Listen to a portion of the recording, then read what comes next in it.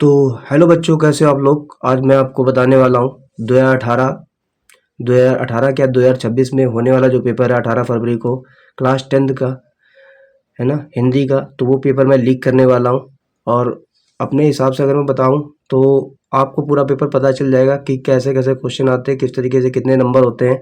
आपको वीडियो में पूरा पता चल जाएगी जानकारी। तो वीडियो में बने रहे लास्ट तक और वीडियो को स्किप मत करिएगा, क्योंकि वीडियो बहुत ही आपके लिए इंपॉर्टेंट होगी। तो वीडियो को स्टार्ट करते हैं। चलो स्टार्ट करते हैं। देखिए, सबसे पहले आपको देखिए पेपर मिलेगा, उससे पहले आपको कुछ समझना होगा। जैसे आपका दिया गया है खंडा, ठीक। और उसमें पहले आपको सोच लीजिएगा, क्योंकि जो पेपर आता है, चाहे यूपी बोर्ड में आप किसी भी बोर्ड से हो, तो उसमें ये जरूर लिखा रहता है उत्तर प्रदेश से तो माध्यमिक शिक्षा परिषद उत्तर प्रदेश द्वारा निर्धारित नवीनतम पाठ्य पुस्तक हिंदी कक्षा 10, ये जरूर लिखा अनिवार्य होता है, ठीक। उसके बाद दिया गया खंडा बहुविकल्पी प्रश्न पूर्णांक 20।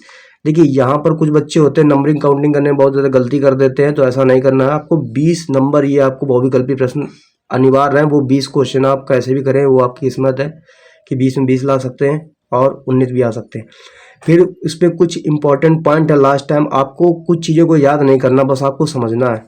देखिए, सबसे पहला पॉइंट दिया गया है हिंदी गद्य के विकास का संक्षिप्त परिचय। शुक्ल युग एवं शुक्लोत्तर युग, दो युग होते हैं, शुक्ल युग और शुक्लोत्तर युग।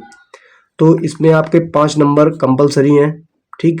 दूसरा दिया गया है हिंदी पद के विकास का संक्षिप्त परिचय, रीतिकाल एवं आधुनिक काल, 5 नंबर। बेटा एक क्वेश्चन इससे भी ये भी बन जाता है कि हिंदी गद्य के कितने युग होते हैं। तो हिंदी गद्य के 2 युग होते हैं, शुक्ल युग और शुक्लोत्तर युग। तीसरा दिया था हिंदी पद के कितने युग होते हैं, बात करें अगर, तो रीतिकाल होता है और आधुनिक काल होता है, 2 काल होते हैं, ठीक। तो देखिए, ये आपके 10 नंबर पक्के हो गए, ठीक। तो आप काउंट करते जाइए, 10 नंबर यहाँ से आएंगे। उसके बाद आपको दिया जाता है काव्य सौंदर्य के तत्व, ठीक। का नंबर में आता रस, हास्य एवं करुण रस, परिभाषा आती है, उदाहरण आती है और उसकी पहचान। 1 नंबर का आएगा आपका पेपर में। अगर मैं बात करूं खा नंबर में, तो खा नंबर में आपका आएगा अलंकार, अर्थालंकार, उपमा, रूपक एवं उत्प्रेक्षा, परिभाषा आएगी, उदाहरण आएगी, पहचान आएगी। आपको ये तीनों देनी होंगी, ठीक। फिर आता है छंद, सोल्टा एवं रोला, ठीक। लक्षण भी देने पड़ेंगे, उदाहरण भी देने पड़ेंगे। 1 नंबर कंपलसरी है। उसके बाद आता है आपका हिंदी व्याकरण। देखो, हिंदी व्याकरण जो होते हैं बहुत साधारण होती है, आप कुछ भी मत पढ़िएगा। ये जो दिए गए हैं का नंबर, उपसर्ग आ, अन, अधि, अप, अनु, उप, सय, निर, अभि, परि, सु इत्यादि। जैसे आ से होता है अनजान, ठीक।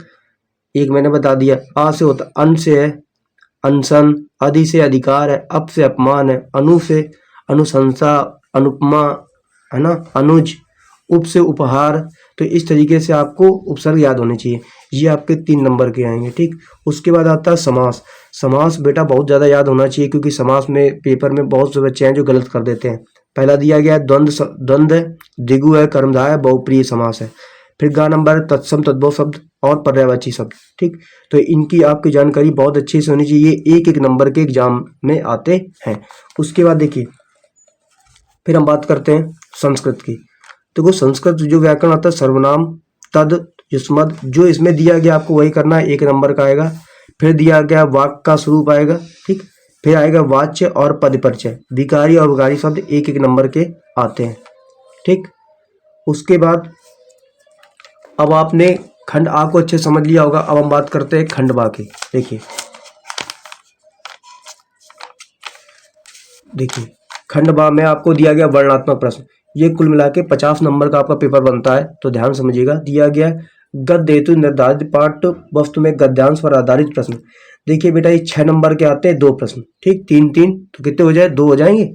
फिर दिया गया पद हेतु निर्धारित पाठ पुस्तक में पद्यांश पर आधारित प्रश्न, 3 गुणे 2, ये भी 6 नंबर के आते हैं, ठीक है। फिर आगे दिया गया आपका संस्कृत गद्यांश का संदर्भ सहित हिंदी अनुवाद। ये सबसे ज़्यादा इंपॉर्टेंट होता है। अगर ये आप नहीं करते तो आपको बहुत ज़्यादा इसमें प्रॉब्लम आएगी। तो ये आते हैं आपके 5 नंबर के। फिर ऐसे ही संस्कृत पद्यांश का संदर्भ सहित हिंदी अनुवाद आता है, ठीक।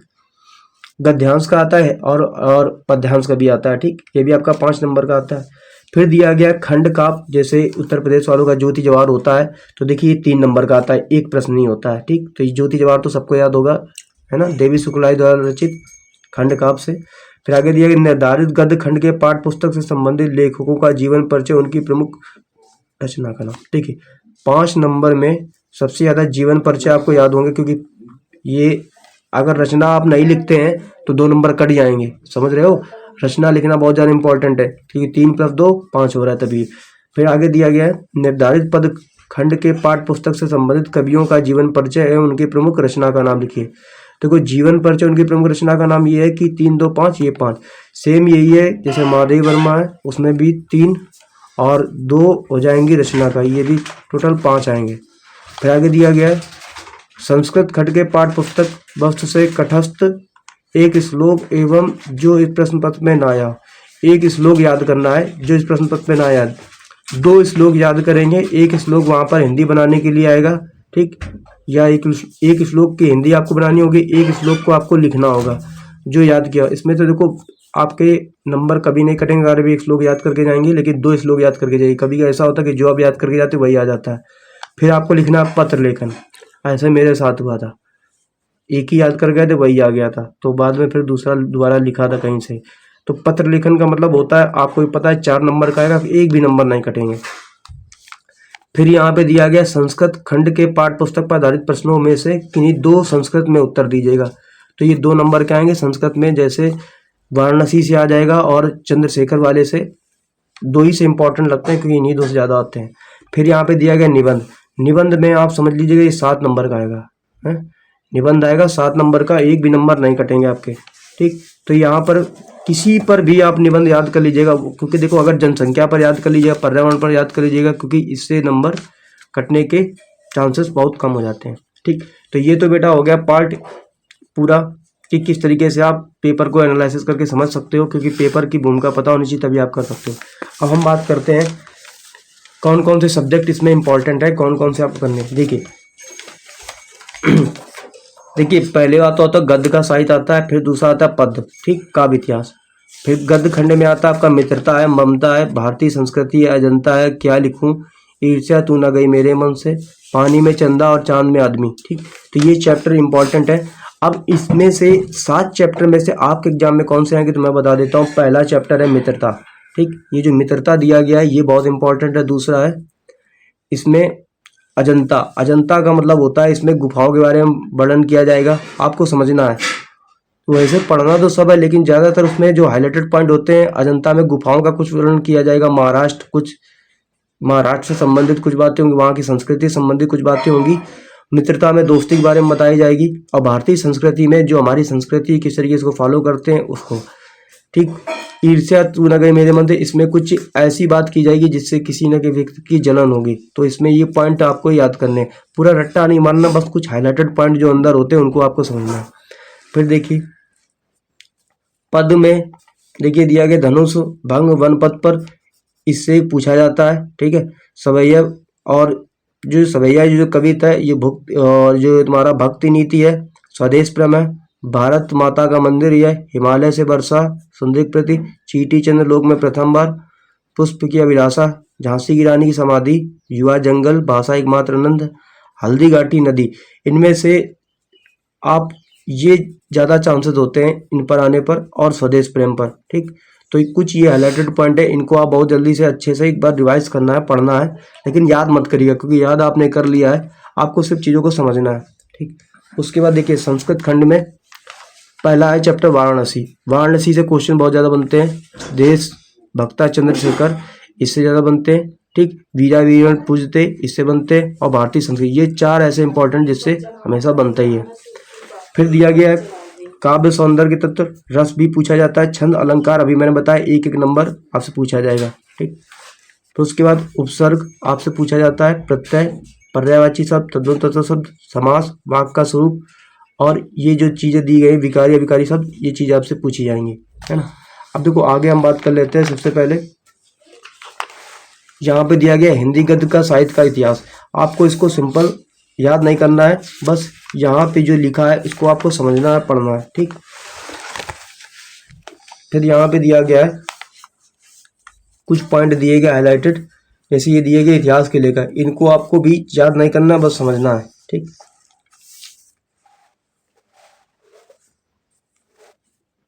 और ये जो पॉइंट आपका दिया गया है, ये भारतीय युग, ये युग जरूर पूछे जाते हैं आपसे, किस सन में कैसे हुआ, लेकिन इस बार पेपर में, और अब पिछली बार भी तो पेपर में पूछे गए थे, तो ये दोनों आपको अच्छे से आने चाहिए।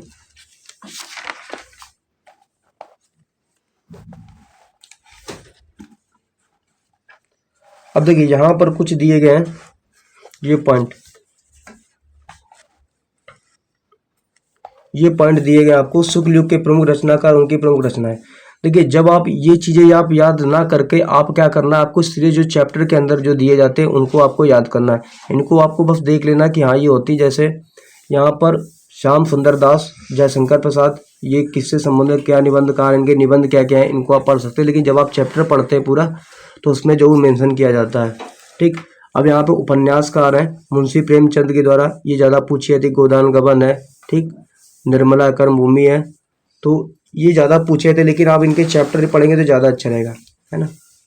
अब देखिए यहाँ पर सेम लगातार जो आपके चैप्टर हैं, कुछ बहुत चैप्टर हैं जो आपके आते हैं, उनमें से दिया गया है, तो आप इनको कवर कर सकते हैं इसी के माध्यम से, है ना।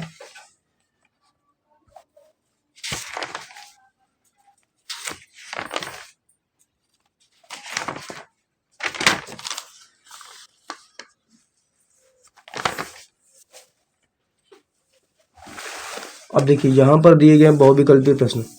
तो बहुविकल्पी प्रश्न ये ऐसे ही प्रश्न होते हैं कि इन्हीं से ही प्रश्न से, अगर आपके पास किताब है ये, तो इसी से ही रिपीट हो जाते हैं, क्योंकि अगर आप प्रीवियस ईयर पेपर देखेंगे तो सेम टू सेम इन्हीं से ही क्वेश्चन रिपीट हुए हैं और इन्हीं से ही आते हुए मिले हैं। ठीक, तो ये हर चैप्टर की जितना आपने आगे का जो इसका पीछे समरी पढ़ा था, इसको इसने ऑब्जेक्टिव में बता दिया है। और देख सकते हो ये 2024 में भी आए हुए क्वेश्चन देख सकते हो। ये शुक्ल युग के लेखक कौन है, तो माखनलाल चतुर्वेदी यहाँ पे फेल है। तो ये क्वेश्चन तो आए हुए हैं, और देख सकते हो यहाँ पे पीछे पूरा ये जो पीछे यहाँ पे आपने पढ़े हैं, रीड किए हैं, तो ये पूरे चीज़ क्वेश्चन यहाँ पे दिए हैं। तो अगर आपके पास ये किताब है तो आप इसको एक बार रिवाइज कर लीजिए, क्योंकि काफ़ी चैप्टर है, हर चैप्टर से लिए गए। अब जैसे यहाँ दिए गए कहानी, तो कहानी से जितने इसमें क्वेश्चन बन सकते हैं इसने बना दिए हैं। देख सकते हो यहाँ पे कहानी से इन्होंने यहाँ से स्टार्ट किए हैं पूरी, आप देख सकते हो। और ये ठीक, उसके बाद उपन्यास है, तो उपन्यास से इनके देखो इस तरीके से क्वेश्चन बने हुए हैं पूरे। ठीक, फिर यहाँ से ये देख सकते हो आप, फिर ये नाटक, फिर ये विवेक। तो देखिए इस तरीके से किताब है आपके पास। ठीक, फिर यहाँ पे देख सकते हो पद्य व काव्य का साहित्य परिचय, सेम इसको ना आप पढ़ के सीधे आप ऑब्जेक्टिव आप यहाँ से कवर कर सकते हो। ठीक, ये देख सकते हो पूरे ऑब्जेक्टिव है, 128 है ऑब्जेक्टिव है, इससे ज़्यादा नहीं पूछे जाएंगे। ठीक, तो उसके बाद देखिए यहाँ पे मित्रता। अभी देखिए जीवन परिचय जो है मित्रता से पूछा जाता है, किसका है, आचार्य रामचंद्र शुक्ल का है। ये बहुत इंपॉर्टेंट है, आया भी है। सबसे पहले आपको पूरा चैप्टर को अच्छे से रीड करना है, और यहाँ पे जो दिए गए नाम, ठीक, और इनका जो जन्म है और इनका जो जन्म स्थान है, पिता का नाम है, ये पूरा अच्छे से आपको कवर कर लेना है। अगर आप अच्छे से कवर कर लेंगे तो ये समझ लीजिएगा कि आपको कोई दिक्कत नहीं होगी, है ना। फिर देखिए अभी मैंने बताया था, आप पूरा ना याद करके देख सकते हो, यहाँ पर निबंध भी इनके दिए गए, आलोचना दी गई, कहानी दी गई, इतिहास दिया गया, संपादन दिया गया, काव्य रचना, अनुवाद दिया गया। अभी हम लोगों ने पीछे कहानी और निबंध दोनों अभी हम लोगों ने इनके पढ़े थे, इनके बारे में। तो आप पीछे का ना पढ़ के, आप अगर पूरा एक चैप्टर अच्छे से पढ़ के जाते हो पूरे चैप्टर, तो आपको ये मतलब पूरा पेपर वहीं से आपको मिलेगा। ठीक,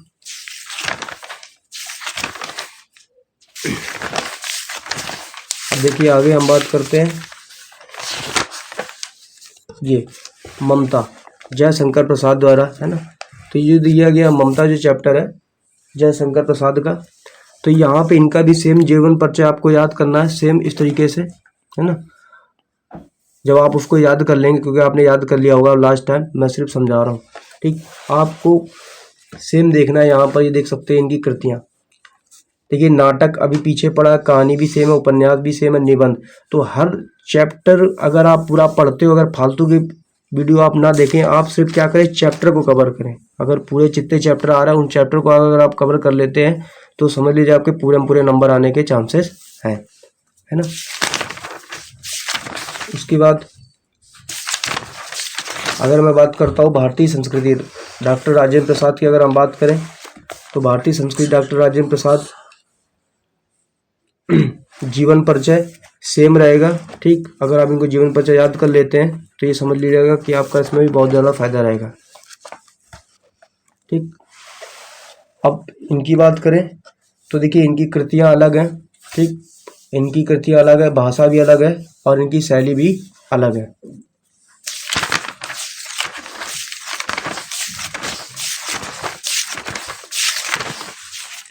अब देखिए यहाँ पर दिया गया अजंता, जो अजंता चैप्टर है, अजंता, तो अजंता में पूरा हर चीज़ एक चीज़ दिया गया। इनका जीवन परिचय अलग है। ठीक, सब पूरा लेखक का जीवन परिचय अलग है। ठीक, पूरा सेम। और इनकी अगर बात करते हो तो कृतियाँ भी हैं और भाषा भी है और शैली भी है, तीनों एक जैसी हैं, सेम।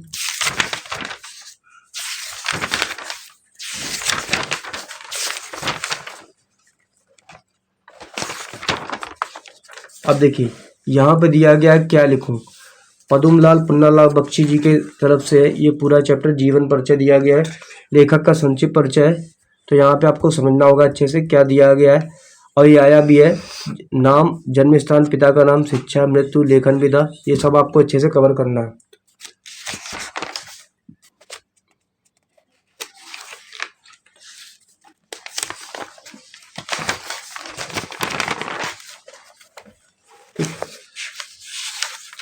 अब ये देखिए, ईर्ष्या आ गई तू मेरे मन से, तो यहाँ पर सेम राइटर है, सेम लेखक है, तो इनको आप, इनके बारे में आपको तो पता ही होना चाहिए किस तरीके से आपको करना है। ठीक, और इनकी जो कृतियाँ हैं सेम आप देख सकते हो, निबंध संग्रह, काव्य ग्रंथ और आलोचना ग्रंथ, भाषा। ठीक, भाषा और शैली आपको पूरी अच्छे तरीके से दी गई इसमें। तो आप इस तरीके से इन चीज़ों को आपने पहले ही पढ़ लिया होगा, मेरा काम है सिर्फ समझाना। तो ये अगर आप पूरा चैप्टर ना पढ़ के अगर आप चैप्टर वाइज अगर आप पढ़ते हैं तो आप समझ लीजिएगा आपका पूरा पेपर सॉल्व हो जाएगा। फिर पद में सूरदास जी हैं, है ना, तो ये सूरदास जी बहुत ही अच्छे तरीके से आपको पता होना चाहिए किस तरीके से आपको लिखना है नाम। ठीक, सूरदास बिल्कुल बाकायदा सेम टू सेम अगर आप लिखेंगे तो आपको नंबर पूरे मिलेंगे। ठीक है,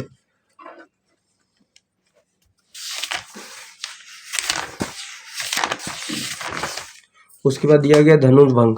ठीक, वन पद पर चैप्टर नंबर 2 है, देख सकते हो आप, है ना, गोस्वामी तुलसीदास द्वारा रचित है। ये तो मान लीजिएगा कि ये तो बच्चों का फेवरेट है और ये तो सबको याद होगा क्योंकि लास्ट टाइम ये तो हमेशा आते हैं और इनकी बात तो बोल ही नहीं सकते, ये आते नहीं। तो धनुष भंग जो चैप्टर 1 पद पर, आपको इनके बाद राइटर का नेम भी याद रखना है।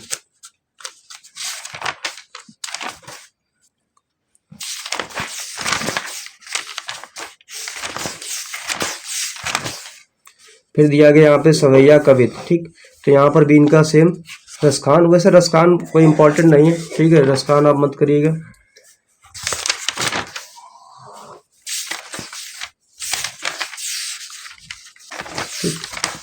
और दो ही हैं, 2 ही 3 इसमें ऐसे चैप्टर जो है मेन इंपॉर्टेंट।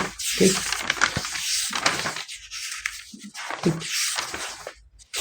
सुमित्रानंद पंत जी का है, ये तो आ भी सकता है चंद्रलोक में प्रथम बार। तो इनके 3 आप कुल मिला के आप 3 जीवन परिचय याद कर लेंगे तो आपका ज़्यादा अच्छा रहेगा, क्योंकि ज़्यादा आपको पूरे नहीं याद कवर करने, 3 जीवन परिचय अच्छे से कवर करने, 3 गद्य के और 3 पद के, उन्हीं 3 में से एक एक आपको लिखना, एक एक आ जाएगा। ठीक है आपका।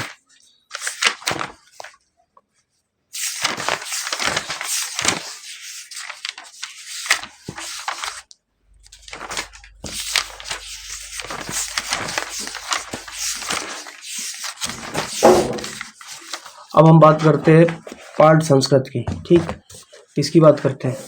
अब हम बात करते हैं संस्कृत की। देखिए संस्कृत में आपको कैसे समझना है, ये दिया गया संस्कृत का पूरा, और इस तरीके से आपको दिया जाता है गद्यांशों का संदर्भ सहित हिंदी में अनुवाद करेंगे। सबसे पहले आपको संदर्भ लिखना होता है, फिर आपको प्रसंग लिखना होता है, फिर बाद में आपको अनुवाद लिखना होता है। ठीक, बस इतना लिखने के बाद आपको छोड़ देना है।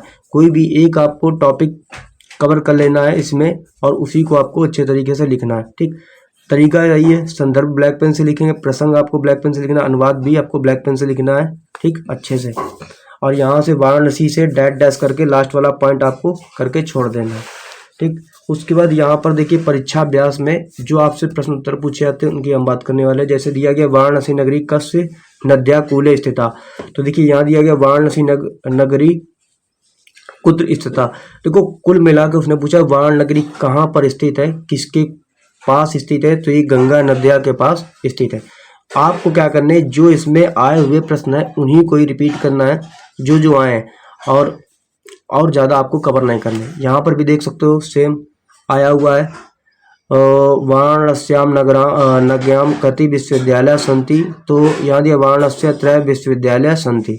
फिर देखिए 2019-20 में भी आया है, तो इनको भी आपको अच्छे से कवर करना है। जैसे दिया गया वाराणसी कस्य केंद्र स्थलम अस्ति, तो भारतीय संस्कृति है ना, संस्कृत भाषा इससे केंद्र स्थला अस्ति, तो यहाँ पर आपको भी चीज़ों को कवर करना है।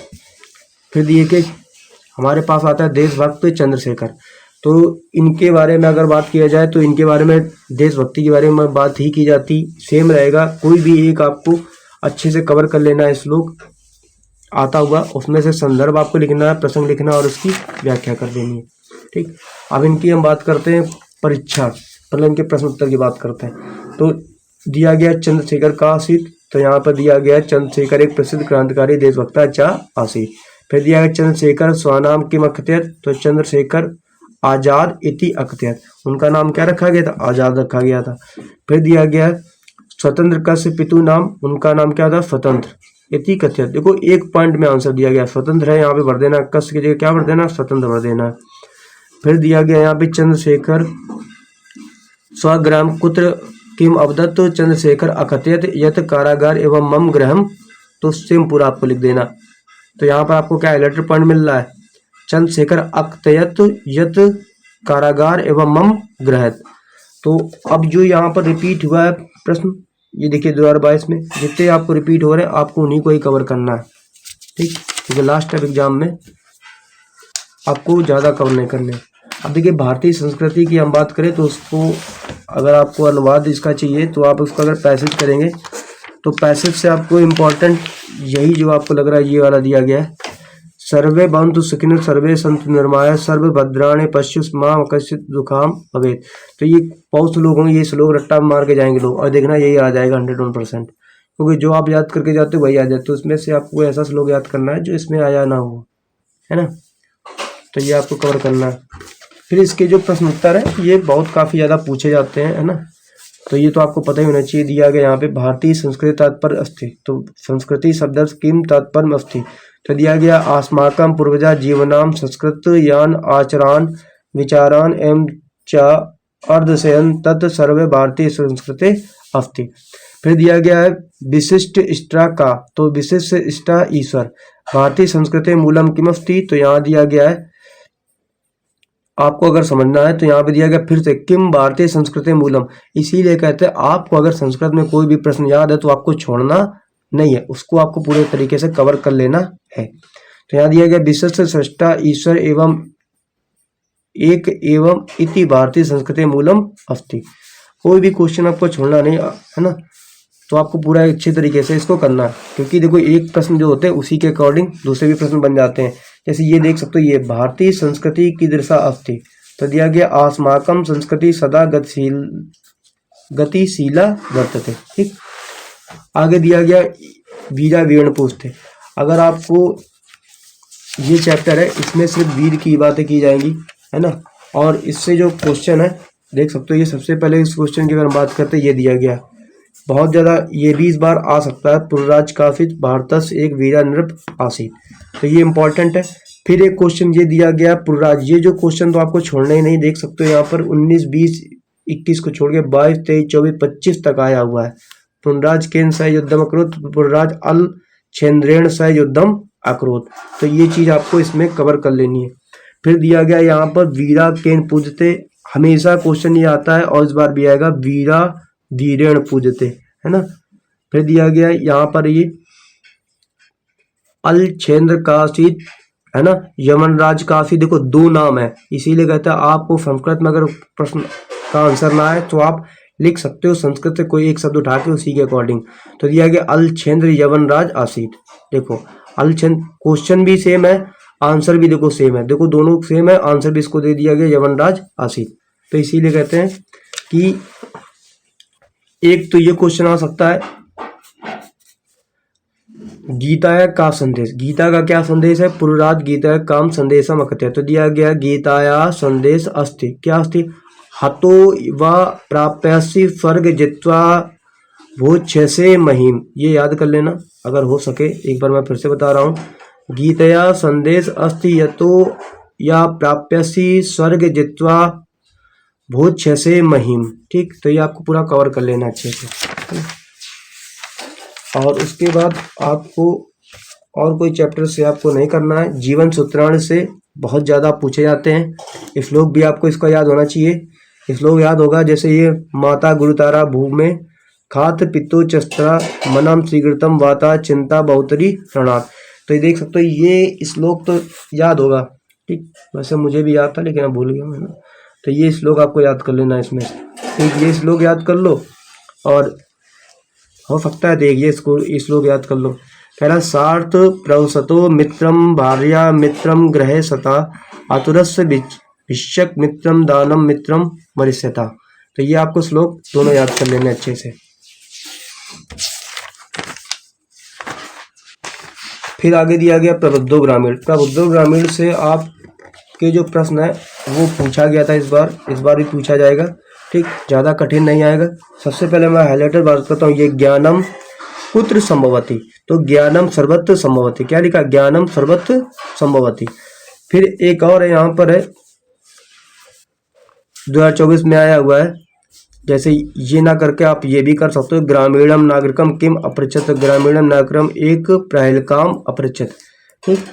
प्रहलकाम मतलब जानते हो ना, प्रहलाद की बात करें, होली से संबंधित चैप्टर है ये, ठीक। उसके बाद एक क्वेश्चन ये दिया गया, ग्रामीणस्य प्रहलकाया किम उत्तरम अस्ति, तो ग्रामीण प्रहलकाया उत्तरम आसीत पत्रम, तो कितने एक एक लाइन में दिया गया। देखो यहाँ पर भी सेम क्वेश्चन है, प्रहलकाया किम उत्तरम आसीत, देखो ग्रामीणस्य इसका उठाया प्रहलकाया, ठीक। अब किम की जगह यहाँ पे दे दिया उत्तरम आसीत पत्रम, सेम एक आंसर में दिया गया पत्रम। अब इतने याद तुम ना याद कर पाओ तो बेकार है। फिर यहाँ दिया गया पदेन विना किम दूरम यति, तो पत्रम पदेन विना दूरम यति, तो क्या लिखा, पत्रम पदेन विना दूरम अति, ठीक। फिर अगला दिया गया आपको क्वेश्चन, ग्रामीणाम का उपहासत, तो एका नागरिका ग्रामीणाम उपहासत। अब यहाँ पर एक नागरिका दिया गया। अब देखो लोग कहते हैं संस्कृत कठिन है, कहाँ संस्कृत कठिन है, एका नागरिका लिखना है और समझना है यहाँ पे का उपासक, देखो पूरा दिया गया, पूरा उतार दो, का हटा दो, एका नागरिका लिख दो। तो ये इतने सिंपल अगर क्वेश्चन आप नहीं याद कर पा रहे तो आप बेकार हो, ठीक है। फिर यहाँ से दिया गया है विद्या केन वर्धते, ये क्वेश्चन आया है और ये क्वेश्चन इस बार भी आएगा, 101% है। विद्या केन वर्धते, ठीक। तो यहाँ पर देख सकते हो विद्या अभ्यासेन वर्धते, जितना आप अभ्यास करोगे उतनी ज़्यादा आपके विद्या पास आएगी, ठीक। इसीलिए आप एग्जाम में पढ़ते हो तभी आप एग्जाम में पास होते हो, अगर आप ना पढ़ाई करो तो एग्जाम में पास नहीं होंगे, ठीक। फिर आगे यहाँ पर दिया गया है तृष्णा केन वर्धतेन असंतोषेण का वर्धतेन, देखो सेम दिया गया क्वेश्चन, इसीलिए कहते हैं अगर आप चैप्टर अगर कोई क्वेश्चन आंसर ना है आप लिख देंगे तो आपका क्वेश्चन काटा नहीं जाएगा। फिर दिया गया यहाँ पे असंतोषेण तृणा वर्धते, क्या दिया गया, असंतोषेण तृणा वर्धते। सेम क्वेश्चन है, सेम क्वेश्चन और सेम क्वेश्चन का सेम आंसर है, ठीक है। फिर यहाँ पे हम बात करते हैं, ये दिया गया है दानेन का वर्धतेन कीर्ति केन वर्धतेन, दानेन कीर्ति वर्धतेन, देखो सेम प्रश्न का सेम आंसर, प्रश्न को ही लिख दिया गया है, ठीक। अब कुछ बच्चे होते कहते हैं ऐसा गलत होता है, नहीं, अगर आपको संस्कृत में कोई क्वेश्चन ना आए तो आप ऐसे संस्कृत से उस क्वेश्चन को उठा के उसी के अकॉर्डिंग आप उसमें चिपका दीजिएगा, मजा लेके एग्जाम में काट दे, कभी कभी ऐसा बैठ जाता है ना। फिर देखिए यहाँ पर क्या दिया गया, एक ये दिया गया न्यायेन का वर्धते राज्यम केन वर्धते, तो राज्यम न्यायेन वर्धते, राज्य के लोग क्या बढ़ते, न्यायन को बढ़ते, है ना। तो देखो दोनों सेम है प्रश्न, आंसर भी क्या अलग है, क्या आंसर भी वही है, देखो वही उठा के लगा दिया, चपका दिया उन्होंने। तो मैत्री केन वर्धतेन शुभचैन वर्धतेन, मैत्री शुभचैन वर्धतेन। अब ऐसे प्रश्न जो होता है एग्जामिनर दे देता है, इसीलिए वो देता है कि आपको मेमोरी चेक करता है, आपको रट्टा मार के जाते हो तो भूल जाते हो, समझ के जाओ कि देखो ये था, अच्छा ये था, अच्छा सेम यहाँ पे लिखा कुछ नहीं, मैत्री था, ये शुभचैन था, अच्छा ये तो पूरा लास्ट है ना, तो ये दोनों उठा के रख दिए, खत्म, 1 नंबर मिल गया आपको। तो इस तरीके से आपको करना है ना। और उसके बाद आ जाते हैं हम लोग रस पे। ठीक, तो देखो ज़्यादा टाइम नहीं लेंगे, आधा घंटा अभी आपने पूरा कवर कर लिया। अब रस है, रस में कुछ ज़्यादा नहीं, इम्पॉर्टेंट है रस का अर्थ। पूछ देगा कि रस का मतलब क्या होता है, आनंद प्राप्त करना। हिंदी में एमसीक्यू बना सकता है। इसको काव्य की क्या बोलते हैं, आत्मा बोलते हैं, शरीर बोलते हैं, ठीक, और जीवन बोलते हैं। 4 ऑप्शन बना देगा या नन ऑफ दिस, तो इसमें काव्य की आत्मा कहते हैं रस को। ठीक, ये 2 क्वेश्चन बहुत इंपॉर्टेंट है। अब देखो मेन चीज है आपको स्थायी भाव याद करना, रस याद करना और उसका अर्थ याद करना। अगर आपको ये चीजें याद नहीं तो आप समझो महाबेवकूफ हो, क्योंकि देखो रति और प्रेम का होता है श्रृंगार रस। ठीक, सिर्फ इतना याद कर। अर्थ पूछ ले तो अर्थ भी बता दीजिएगा, नहीं तो अर्थ नहीं पूछता है। रति का मतलब होता है श्रृंगार रस, श्लोक का मतलब होता है करुण रस, निर्वेद का मतलब होता है शांत रस, क्रोध का मतलब होता है रौद्र रस, उत्साह का मतलब होता है वीर रस, हास का मतलब होता है हास रस, भय का मतलब होता है भयानक रस। ठीक, इतने ही 7 इंपॉर्टेंट है। अगर आ जाएगा तो ठीक है, वैसे 7 ही इंपॉर्टेंट, 7 से इन्हीं में पूछ लेता है, लेकिन अगर आप इनको पढ़ लोगे तो ज़्यादा अच्छा रहे। लेकिन वैसे 7 से ही पूछा जाता है और अभी तक 7 से ही पूछा गया है ना। अब उसकी हम बात कर लेते हैं आपको हास रस। सबसे पहले आपको हास रस का मतलब हंसी वाला। अगर देखो किसी को अगर हास रस का अगर उदाहरण ना याद हो रहा हो तो आप गूगल पे जाके डाल लीजिएगा हास रस का सबसे आसान उदाहरण, या गूगल पे आप बोल दीजिएगा तो आपको हास रस का एक आसान उदाहरण दे देगा, आपको उसको याद कर लेना। लेकिन हाँ, याद करने से पहले आपको उसका स्थायी भाव भी पता होना चाहिए कि हास है, विभाव भी पता होना चाहिए, अनुभाव भी पता होना चाहिए, संचारी भाव भी पता होना चाहिए। इसी लड़के छोटा सा याद कर लेते हैं और उसके बाद वो कहते हैं अरे यार हम लिख दें, लिख दोगे तो एक ही नंबर देगा क्योंकि आपने कहीं से छाप दिया। अगर आप यही पूरा याद करके जाते हो तो उसकी मजा ले नंबर काट देना, नहीं काट पाएगा कभी, है ना। तो उसकी बात करते हैं करुण रस की।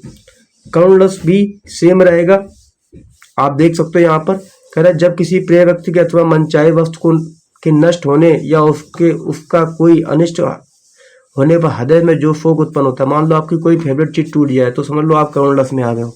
अब उसका उदाहरण ये दिया गया, आप उदाहरण याद कर सकते हो क्योंकि किताबों में तो बड़े बड़े दिए गए हैं, लेकिन सबसे कठिन बात होती है उसका स्पष्टीकरण करना। स्थायी भाव क्या होता है, विभाव क्या होता है, अनुभाव क्या होता है, संचारी भाव क्या होता है, इसको पता करना हमारे लिए बहुत ज़्यादा इंपॉर्टेंट होता है।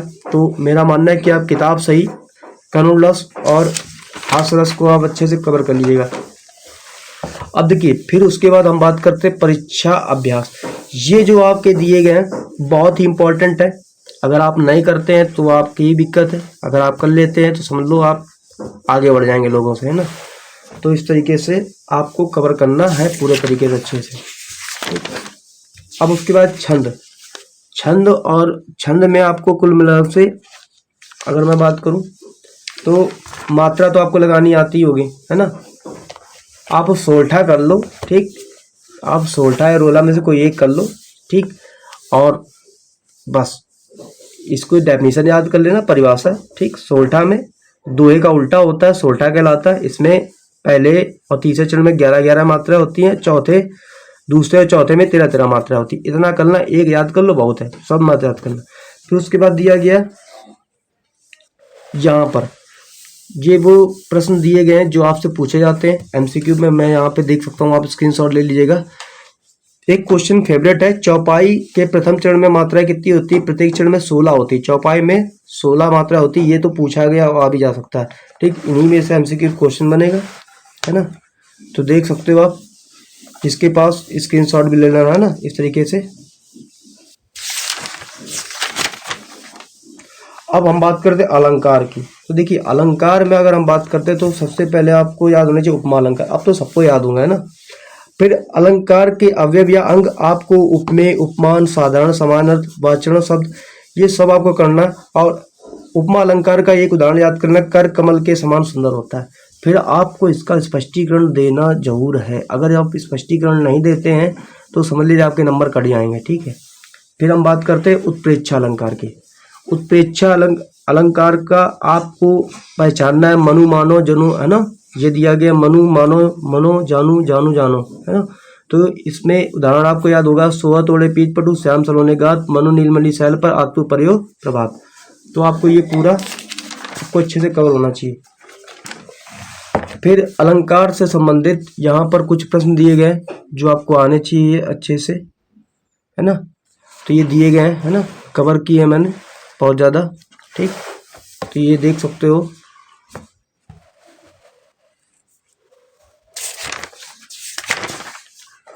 फिर आ जाते हैं उपसर्ग की बात करते हैं। किसकी बात करते हैं? उपसर्ग की। तो जितने चैप्टर हैं उपसर्ग में दिया गया संस्कृत उपसर्ग।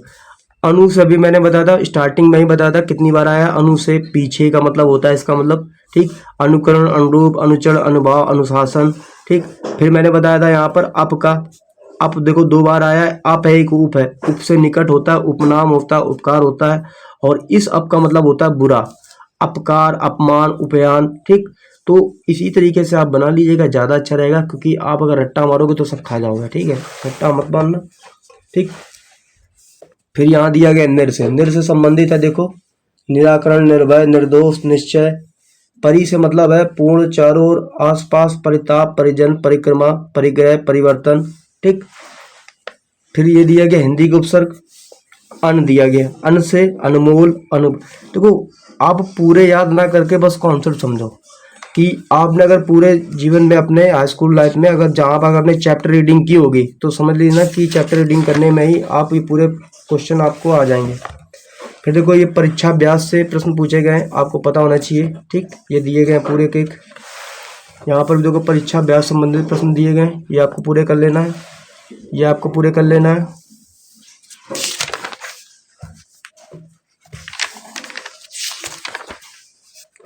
फिर हम बात करते हैं प्रत्यय की। किसकी बात करते हैं? प्रत्यय की। तो प्रत्यय का मतलब क्या होता है ये आप ये पूरा दिया गया, आप समझ लीजिएगा अच्छे से, ठीक। प्रत्यय में जैसे आवा, ठीक, पहनावा, उड़ावा, दिखावा, चढ़ावा, छलावा, ठीक। आहट, घबराहट, गरमाहट, गड़बड़ाहट, चिल्लाहट, झंझनाहट। आई, लिखाई, पढ़ाई, हंसाई, चढ़ाई, कमाई, ठीक। आवट, वट, सजावट, लिखावट, गिरावट, थकावट, ये सब दिया गया है ना। फिर यहाँ पे दिया गया है तद्धित प्रत्यय, ठीक। तो ये तो वाला तो जरूर आएगा, 101% ले लो। पन वाला आएगा बचपन, ढीलापन, लड़कपन, कवित्व, महत्व, मनसत्व, ठीक। एक आता आई, खटाई, चिकनाई, है ना, आई, लड़ाई, ठीक। तो ये आपको बहुत जल्दी से अच्छे से कर लेना है ना। फिर प्रत्यय से संबंधित कुछ आपके एमसीक्यू दिए गए तो उनको आपको कवर करना अच्छे से, ठीक। यहाँ दिए गए प्रत्यय संबंधित। फिर आपके आते हैं पर्यायवाची। पर्यायवाची आपके सबसे ज़्यादा अनमोल है। अगर पर्यायवाची आप नहीं करते तो आप सबसे बड़े बेवकूफ़ हो, क्योंकि पर्यायवाची में जो ज़्यादा रिपीट हुए हैं उनको तो करना ही है, और भी जो नहीं रिपीट हुए उनको भी करना आपको, ठीक। तो ये देख सकते हो यहाँ पे पर्यायवाची है, ये देख सकते हो यहाँ पे पर्यायवाची दिए गए शब्द।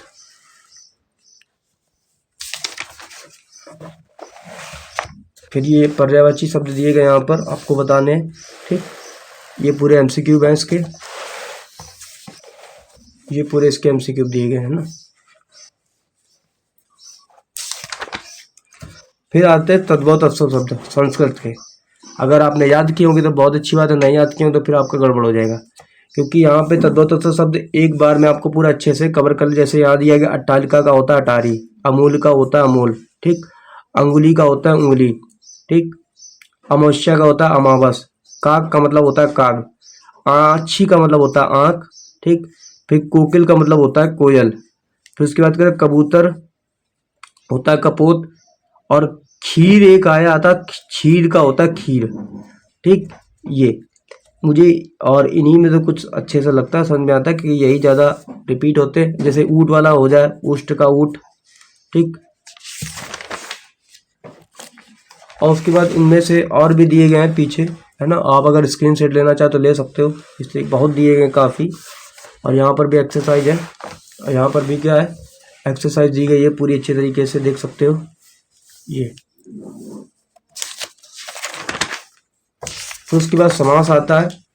तो समास आपको पता ही होगा, आपको याद करने इसके तरीके क्या होते हैं, समास के भेद क्या होते हैं अच्छे से। अव्ययी समास क्या होता है, पूर्व पद प्रधान होता है पहला पद। तत्पुरुष समास क्या होता है, दूसरा पद प्रधान होता है ना। कर्मधारय समास क्या होता है, पूर्व पद उपमेय और विशेषण, उत्तर पद उपमान या विशेष होते हैं। द्विगु समास का मतलब क्या होता है, पूर्व पद संख्यावाची तथा दोनों पदों के बीच विशेषण विशेष संबंध होते हैं। द्वंद्व समास क्या होता है, दोनों पद प्रधान होते हैं। बहुब्रीहि समास क्या होता है, कोई तीसरा पद प्रधान होता है, ठीक। तो आपको ये पूरा अच्छे से कवर कर लेना है। फिर उसके बाद बहुत ज़्यादा इसमें एग्जाम्पल दिए गए हैं, वो आपको नहीं करना है, ठीक। और उसके बाद और तो कुछ है नहीं। उसके बाद आता आपको आपका आता है स्वच्छ भारत, ठीक। स्वच्छता की ओर देखो ये आया 19, 20, 24, 17, 20, तो ये मान लो ये आ सकता है स्वच्छ भारत पर। तो स्वच्छ भारत पर आपको निबंध नहीं याद है तो आप याद कर लीजिएगा, ज़्यादा अच्छा रहेगा क्योंकि ये दिया गया है, ठीक। और यहाँ पर ये पूरा आपका यहाँ पर ये ख़त्म है। स्वच्छता का महत्व क्या होता है, ठीक। उपसंहार क्या होता है, उपसंहार लिखना सब में ज़्यादा जरूरी होता है क्योंकि उपसंहार का मतलब होता है, याद रखो लास्ट में उपसंहार लिखोगे। बहुत से बच्चे हैं उपसंहार नहीं लिखते हैं निबंध का, हमने भी नहीं लिखा था तब हमें इतना ज्ञान नहीं पता उसमें था ना।